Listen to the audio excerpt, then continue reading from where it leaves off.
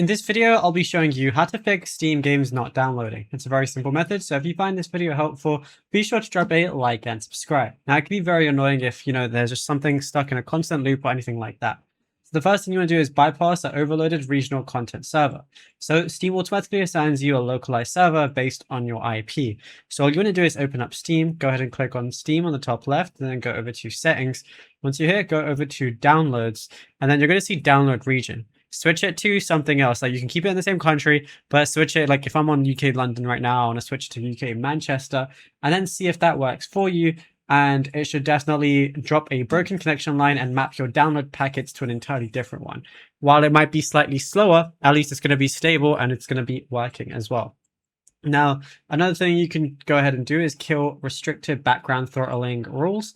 So what you want to do is basically go still in this download section. And then what you want to do is, if you see a limit download speed, go ahead and turn that off.